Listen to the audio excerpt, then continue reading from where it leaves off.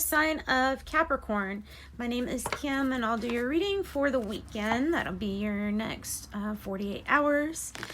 Thank you for joining. Thank you for watching, liking, sharing, the subscribes. I appreciate all of you. Thank you so much for comments too. Let's get this started. We're going to call in divine white light. Surround us as we do the reading. Surround Capricorn as they watch the reading. Calling in Capricorn's angels, spirit guides, higher self, higher power. We're going to get started with oracle cards first, this being the archetype deck, and tarot at the end. Let's see what messages we have from spirit for Capricorn for your weekend. All right, we're going to draw a couple of these, I think.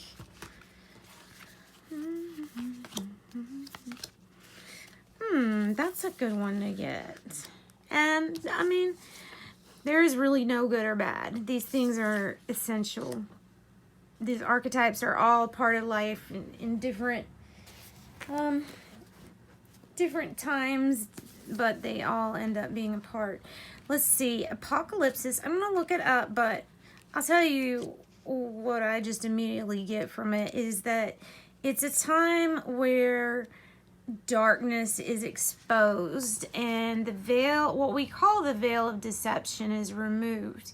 So even though it's comforting to know the truth or what's really going on with the subject,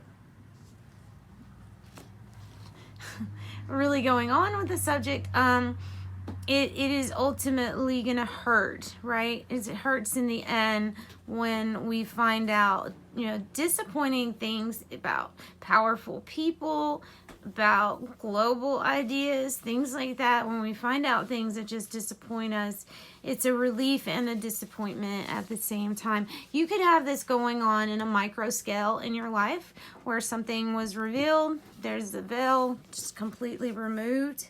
Okay, and so the book says when light, the unknown becomes known and it guides the way. To the next card, the thread. The thread is the card that reminds us we're always connected to this thing that's called our soul's mission, our life purpose. It's basically what connects us to our higher self and attached to this body. And like I said, life purpose. So you can go most of your life with a veil of forgetfulness. So you forget, what your purpose is, what your soul mission was.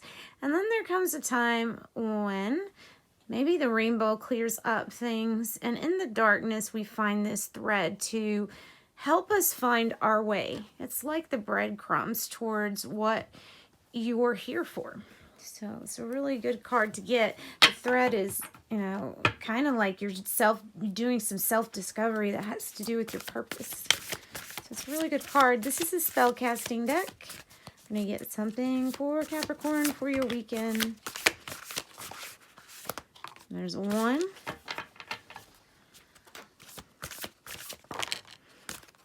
All right, and on the bottom, forgiveness, or it's akin to the judgment card. So we have animals, compassion. Maybe that has to do with your life purpose. And then boundaries.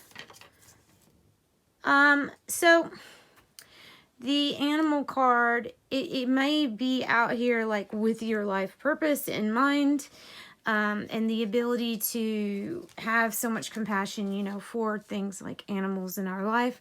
Or it can talk about a deceased pet that's coming back to say, hi, how have you been?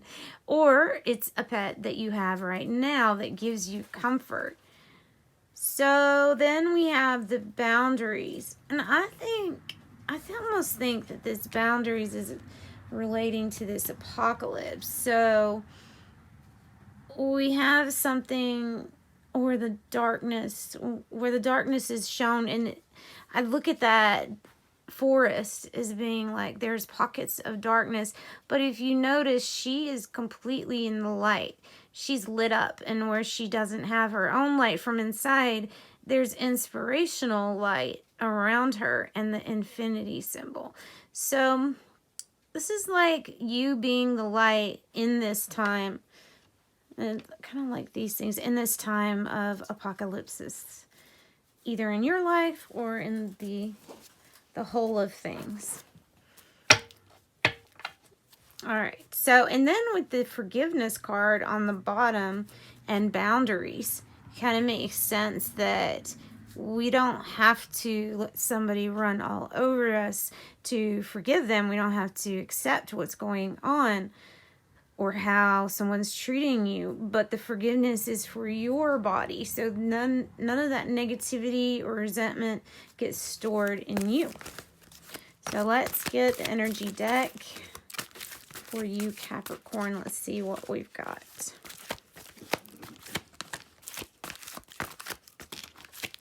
And maybe it's about boundaries and compassion too. You can have compassion for other people, but set up your own boundaries, saying no every now and then when you need to. So we have the happy family card, number 4. This is about stability, about your family's happiness, and going through times that you can be assured like the hardest time has been conquered. There will still be ups and downs in the ebb and flow of life, but you have done, for the most part, the hardest area, the hardest period of life that you're going to get. So, what do we have? Well, that's nice. We have door to value amidst financial constraints, which financial constraints is usually a temporary financial constraint.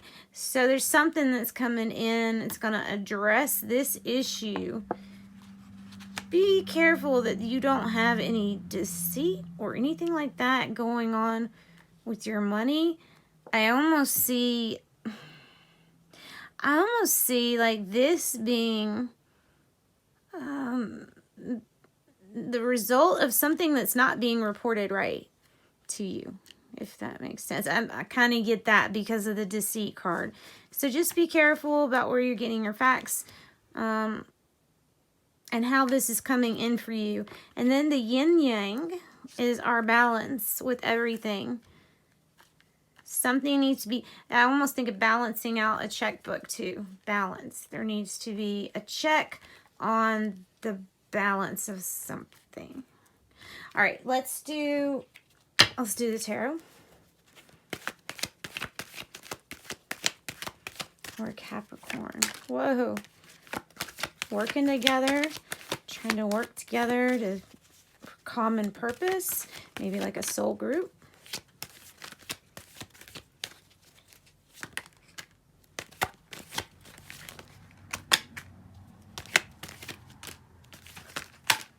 Oh goodness, no. Too many. Oh, we have Ace of Pentacles on the bottom. So yeah, this is definitely coming in. We just want to address something about this first.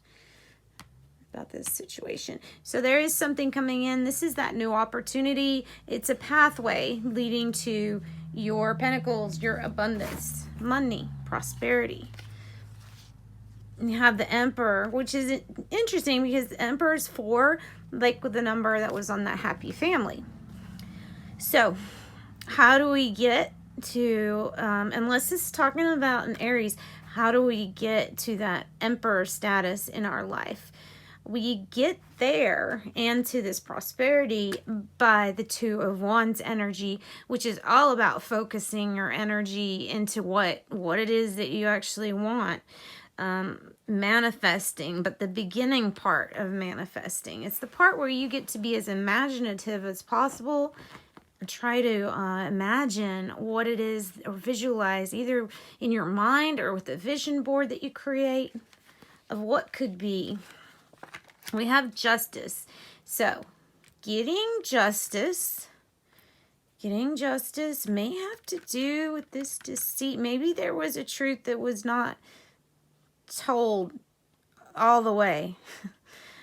Some kind of, maybe this might have to do with like some darkness revealed through a system that's supposed to be like even and fair, but not. I'm getting not always when it's with this other card. So we might be talking about a Libra in our life that maybe is attached to the deceit card too. But I see the scales getting balanced as we move over here to the yin and yang, which is balance. This is what's getting balanced out. So this could be talking about you, a Capricorn, Taurus, Virgo, being able to sit in your own power, on your own throne, being able to buy the luxury items that you want to buy, being set like the Emperor, but she usually works a little bit behind the scenes. And she's the yin energy, so she passively will receive this. And the Six of Pentacles is yet again really big emphasis on this Justice card with the scales again. Something being made fair so that what goes around comes around. If you give, you will get back eventually. So if you're thinking something wasn't fair in the past, it will be made fair. And if this is about a court case, no matter what it's about, it usually is for your benefit if you see the Justice card. Then we have Six of Cups coming out on compassion. Maybe there's a family situation that needs a little bit more compassion and more attention. Maybe. And then Temperance. We need to have patience. Patience. Knowing that the Temperance card is those angels and spirit guides helping you out, making what you thought was impossible possible. And it's because of that divine timing, because of it always being what seems to you like one step into the future is now coming closer with that divine timing. And we have the Three of Pentacles, and it's right on top of the thread. So I think this is about like a soul group or a business corporation mission. Maybe nonprofit. It's about getting together. It could, since you do have the family card out or the soulmate card, it could have to do with that too, like different groups in the family getting together to work on whatever this passion project is. So Capricorn, let's get some tea leaves for you. Wow, good.